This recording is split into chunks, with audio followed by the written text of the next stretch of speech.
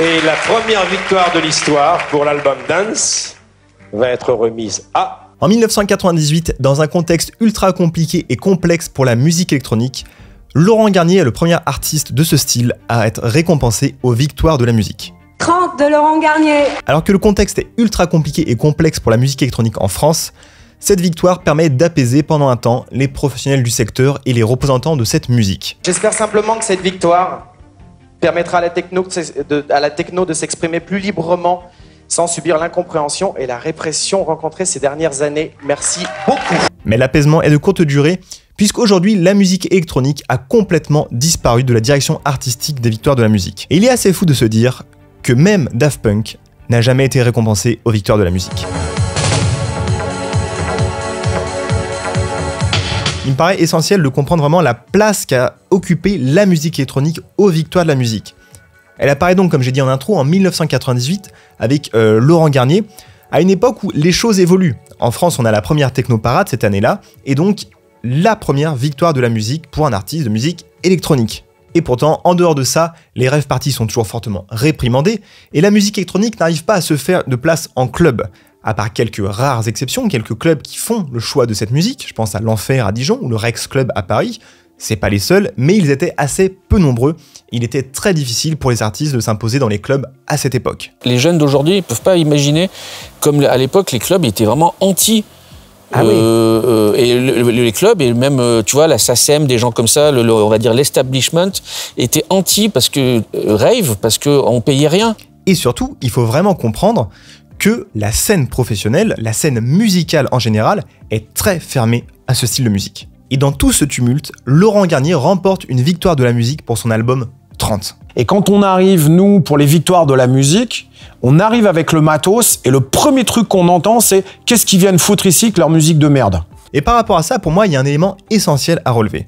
C'est que la catégorie ne s'appelle pas « meilleur album de musique électronique ». La catégorie s'appelle « victoire de l'album Dance de l'année ». Dance, ça ne veut rien dire. Ok, house, on voit ce que c'est. Techno, on voit ce que c'est. Mais dance. Par exemple, le slogan de Fun Radio, j'ai rien contre eux, mais c'est bien le son Dance Floor. Et pourtant, il n'y a pas de Laurent Garnier sur l'antenne de Fun Radio. Et je pense que la base du problème de la musique électronique aux victoires de la musique, elle part presque là.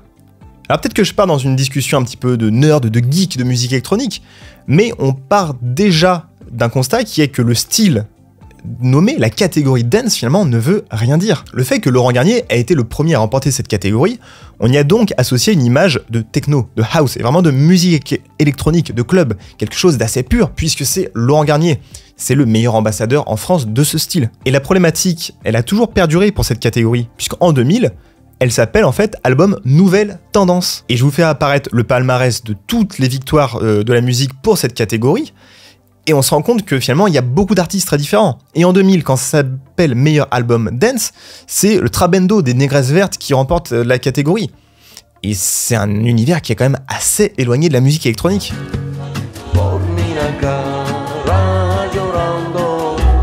Et je peux continuer comme ça pendant encore longtemps. En 2003, la catégorie s'appelle Album de musique électronique techno dance. Et encore une fois, pour les geeks et les passionnés de musique électronique que nous sommes, mais aussi pour les professionnels et pour la reconnaissance des artistes et de tous les gens qui travaillent dans ce métier, bah ça ne veut rien dire, ça manque vraiment de professionnalisme en vrai. Alors vous pourrez me dire, oui, mais en 98, 2000, 2003, c'est encore un univers qui est assez récent. Peut-être que les institutions ne connaissent pas encore vraiment la musique électronique.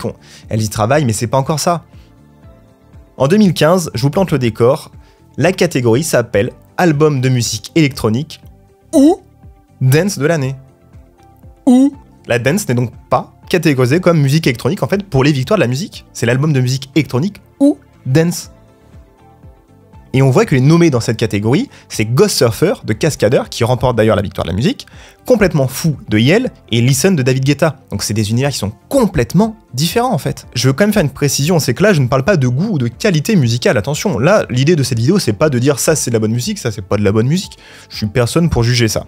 Par contre, c'est de dire qu'il y a un problème sur l'appellation et sur le nom qu'on donne à cette musique. Et le problème, c'est que ça, c'est exposé à un grand public. Et donc les gens qui ne connaissent pas cette musique de base parce qu'ils ne s'y intéressent pas ou elle ne leur est pas présentée au quotidien, on leur apporte une information qui est au final assez erronée, avec un titre et un nom de style qui n'est pas le bon et qui n'est pas représentatif de cet univers, ou en tout cas de tout un pan de l'univers de la musique électronique. Mais enfin, bref, si ce n'était que le cadet de nos soucis, le vrai problème, il est aujourd'hui. En 2020, je vous refais pas le schéma, à l'heure où les artistes, et pas qu'en musique électronique, ont le plus besoin d'être soutenus et mis en avant, la catégorie qui vise à les récompenser, à les exposer auprès du grand public est tout simplement supprimée. Alors la musique électronique n'est pas la seule. En 2020, sur les 13 catégories existantes des victoires de la musique, il n'y en a plus que 8. Et c'est toujours le cas aujourd'hui. En fait, c'est toutes les catégories liées aux genres musicaux qui sont tout simplement supprimées. Évidemment, même si les titres et les musiques qu'il y avait dedans c'était un peu foireux, ça reste quand même très problématique. 4 ans plus tard, donc, rien n'a changé. Et maintenant qu'on a toutes ces informations, maintenant qu'on a cette base, pour moi, on va pouvoir commencer à réfléchir et aller un petit peu plus loin dans le sujet. Les styles de musique ont donc disparu aux victoires de la musique. On va plutôt récompenser la victoire pour la performance de l'année, l'album de l'année, la chanson originale de l'année. Mais au final, en mélangeant tous les styles, et ce qui se passe aujourd'hui, c'est que les nommés de ces catégories, avec tout le respect que j'ai pour eux, ne sont pas forcément les plus représentatifs des écoutes en France et des artistes les plus suivis. Les statistiques le montrent, aujourd'hui, sur les plateformes de streaming, c'est le rap qui domine les charts, c'est le rap qui est le plus écouté en France. Par contre, le style qui est le plus exporté, le style de musique française qui est le plus exporté, c'est la musique électronique. Je vous affiche les infographies du site de La Réclame qui reprend tous les éléments donnés par Spotify et aussi ce thread de Jack sur Twitter, sur X, qui nous parle de ces statistiques. Alors, le rap est présent finalement aujourd'hui aux victoires de la musique, on pourrait dire que c'est quelque chose qui est pris en compte. Les artistes de musique urbaine, de musique rap sont présents. Mais où sont les artistes de musique électronique? Puisque eux, ils ont beau exporter leur musique, ils sont pas du tout représentés. Et je pense que c'est le vrai problème d'aujourd'hui. Et ça, vraiment, les professionnels du secteur, les acteurs en fait de cet univers et de ce style de musique, ne cessent de clamer leur incompréhension. Que ce soit les médias comme Tsugi, ou encore les professionnels comme la chargée de presse Gwendoline Chaplin, qui s'occupe d'artistes comme Yuxek, Agoria, ou encore Molécule. Et c'est assez fou quand on sait que Molécule, par exemple, vient là le 7 février dernier, donc c'est tout récent, de remplir un Olympia. Et le sujet est même tellement important pour certains, que lorsqu'on demande à Michael Canitro ce qu'il ferait s'il était ministre de la Culture une journée, voilà ce qu'il nous répond. La première chose que je ferais, et qui m'indigne totalement depuis des années, c'est de remettre la catégorie musique électronique aux victoires de la musique, déjà. Par contre, il y a une réalité, c'est que les artistes français qui s'exportent le plus à l'étranger, les artistes de musique électronique, ne sont clairement pas les plus écoutés en France. Et ça, je trouve, c'est assez paradoxal. Alors, c'est un sujet parallèle, mais pour moi il est essentiel quand même pour avoir toutes les informations et points de réflexion pour cette vidéo. L'ouverture que j'ai trouvée la plus intéressante, elle vient du côté de chez Radio FG.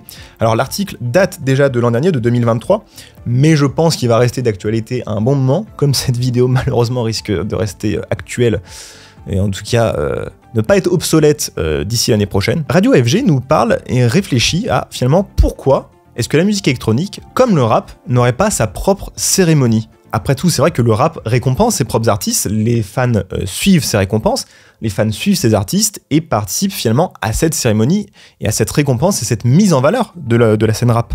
Alors pourquoi est-ce que les artistes de musique électronique en France n'auraient pas le droit à la même chose? J'imagine aisément en France une catégorie où on va récompenser le meilleur artiste house, le meilleur artiste techno, drum and bass, les meilleurs artistes émergents, les meilleurs projets musicaux, les meilleures performances live. Il y a plein de projets ultra excitants et ultra intéressants en France qui méritent d'être récompensés. Alors bien sûr, pour les plus férus de musique électronique, vous allez me dire, mais on a eu ça en France, ça existait. Puisqu'il y avait les Best of French, c'était les awards en fait de DJ Mag France qui récompensaient déjà les artistes de musique électronique. Alors ça fait 2 ans que la cérémonie est en stand-by, mais il paraît, entre nous, que ça va revenir. Mais alors c'est maintenant que je vais avoir besoin de vous pour parler, pour discuter, je crois. Parce que j'ai beaucoup hésité à faire cette vidéo, je me suis dit, mais est-ce que ça sert, est-ce que ça va intéresser les fans de musique électronique que je fasse une vidéo qui parle des victoires de la musique, où justement il n'y a pas la musique électronique? Puisque moi, au final, la cérémonie de la victoire de la musique, elle m'intéresse assez peu, vu que ma musique n'est pas du tout représentée. Et c'est là que je me suis dit, mais oui, il y a un problème en fait. Bien sûr qu'il faut en parler, puisqu'on a une cérémonie qui récompense et qui met en valeur les artistes français, donc il y a beaucoup d'audience, et c'est prouvé aujourd'hui que, à plus ou moins grandes échelles, les artistes mis en avant, nommés et récompensés de surplus aux victoires de la musique bénéficient d'une grande exposition, bénéficient de plus de ventes, de plus de streams, d'une meilleure exposition médiatique, et donc c'est important. Ça veut dire que tous des artistes qu'on n'entend déjà pas le reste de l'année en radio en fait, ne sont même pas mis en avant et n'ont aucune chance de défendre leur musique en live, sur scène, devant des millions de téléspectateurs. Donc vous, dites-moi, qu'est-ce que vous en pensez? Est-ce que la musique électronique a besoin d'être remise en avant lors des victoires de la musique? Est-ce qu'elle a besoin de sa propre cérémonie? Que pensez-vous de ces cérémonies? Qu'est-ce que vous pensez de tout ça? Aussi, sur ce qu'on a dit sur cette vidéo, il y a eu beaucoup de sujets, beaucoup de choses évoquées, mais j'ai envie d'en discuter avec vous parce que je me rends compte que c'est un sujet qui me tient à cœur et qui me paraît essentiel et sur lequel il y a besoin peut-être d'aller gratter en profondeur, d'aller chercher les choses plus loin et aussi de proposer des solutions, car oui, c'est un problème que la musique électronique soit absente des victoires de la musique, je le pense. C'était important pour moi de le dire, mais il faut qu'on arrive aussi à trouver des solutions, à trouver éventuellement des choses pour remplacer, des choses pour mettre en avant autrement. Et c'est pour ça que je voulais tourner toute cette vidéo. Merci à vous de l'avoir suivi et à très vite.